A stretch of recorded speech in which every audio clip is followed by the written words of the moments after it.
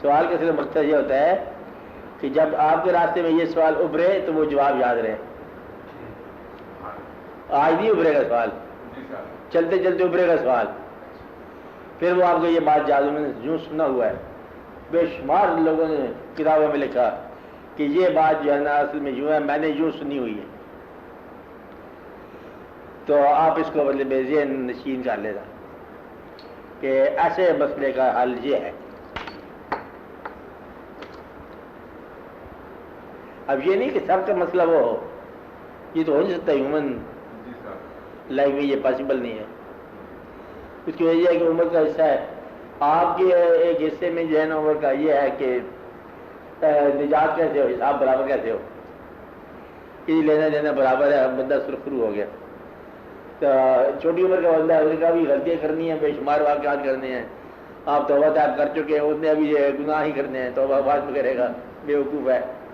اس لیے اس کی زندگی اور ہے, آپ کی زندگی اور ہے.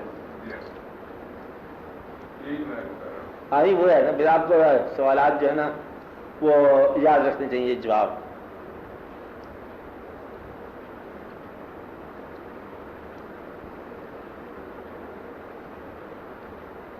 کوئی بچہ تھا مانگ رہا تھا کار اپنے ابا سے, پھر ابا کار دے تو بار بار کہتا تھا ابا نہیں دے. یہ کہنے لگا کہ دیکھو جی ابھی تک آپ مجھے لے کے نہیں دیتے, میرے ساتھ والوں نے کاریں لے کے ایکسیڈنٹ کر لی ہیں, ابھی آپ نے لے کے نہیں دی. باپ نے کہا اس لیے نہیں لے کے دی نا, جو نے ایکسیڈنٹ کر لی تو نہ کر لیتا کہیں.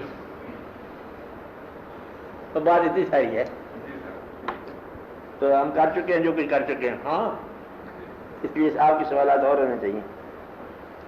دوسروں کے سوال کے جواب کی اہمیت کو یاد رکھو کہ وہ سوال وہ ان کے لیے بہت اہم ہے.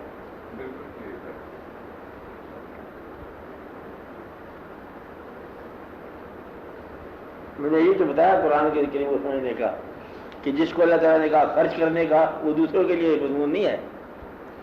غریب آدمی کو خرچ کرنے والی بات نہیں کیا, سخی بننے کی بات ہے. غریب کیسے سخی بنے؟ غریب یہ سخی بنے کہ وہ دوسروں کے مال کی تمنا چھوڑ دے, پھر وہ سخی بن جائے گا. کہیں مسافر بنایا اللہ تعالیٰ نے, کہیں مقیم بنایا, کہیں عبادت کا ذکر کرتے رہتے ہیں, کروٹ کروٹ ذکر کرتے ہیں, پہلو پر ڈیٹے کو ذکر کرتے ہیں, چلتے پھرتے ذکر کرتے ہیں, اللہ کا ذکر کرتے ہیں, خفی کرتے ہیں, جلی کرتے ہیں. یہ ایک مضمون ہے. جو شخص ہوا حال ذکر کرتا جائے اس کو اور کیا پوچھنا اسے. اب اسے یہ کیا پوچھنا کہ بھائی تیرے دفتر کیا حال ہے, ذکر کا حال دیکھو نا اس کا.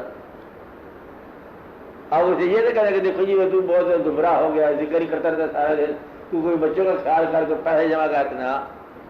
ایک دفعہ ایک بزرگ گیا کسی اور بزرگ کے پاس ملنے کے لیے, تو جو میزبان بزرگ تھا نا وہ جماعت کرائی, مہمان اس کے پیچھے نماز پڑھی.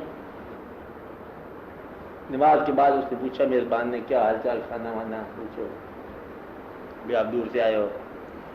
اس نے احترام پوچھ لیا کہ بھی آپ کا نام کیا ہو, نام بتایا. ہاں میں نے تعریف سنی ہوئی ہے. آپ کا ذریعہ معاش کیا ہے پوچھا, میزبان نے مہمان سے پوچھا کیا آپ کا ذریعہ معاش کیا ہے, کاروبار کیا کرتے ہو. اسے کہا میں بتاتا ہوں آپ کا ذریعہ معاش, پہلے مجھے نماز دوبارہ پڑھنا دو جو میں نے تیرے پیچھے پڑھی ہے, وہ میری نماز ضائع ہو گئی ہے. تو جب اللہ والا ہو کے ہم سے پوچھتا ہے کہ ذریعہ معاش کیا ہے, پالنے والے سے پوچھ. یہ ایک طریقہ ہے. بچوں کو یہ نہ بتا دینا کہ دفتر سے بدلے پہ غائب ہی ہو جائیں, اسکولوں کالجوں سے پہلے مشکل سے پڑھ رہے ہیں. آپ بات سمجھ رہے ہیں نا. تو مقصد یہ ہے کہ یہ سارے واقعات ہیں, غور طرف درجات ہیں اپنے اپنے مزاج کے. پوچھنے والے بھی بزرگ تھا اور بتانے والا بھی بزرگ تھا. پوچھنے والے نے ٹھیک پوچھا, بتانے والے نے اور ٹھیک بتا دیا. دونوں کے درجے الگ الگ ہیں نا. جو اسلام حکم دے رہا ہے زکوٰۃ کا, اور جس ذات کے نام پر چلتے ہیں حضور پاک علیہ وسلم, زکوٰۃ سے پہلے والے اپنے پاس رکھتے نہیں ہیں. یہ مقام ہے کہ کائنات کی بادشاہی ہے, گھر میں کچھ تو مال ہونا چاہیے نا, نہیں رکھا. لیکن آپ کو یہ تو نہیں دیا کہ آپ کا گھر ہو خالی.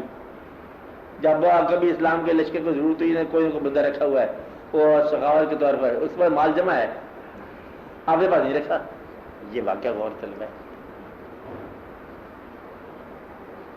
سارے کو ایک جیسا نہیں بنانا. کبھی اسلام کے اندر وہ اسلام کبھی نافذ نہیں ہوگا جس میں ہر آدمی کو ایک جیسا بنا دی کوشش کی جائے, ایک جیسا انسان بنانے کی کوشش کی جائے. یہ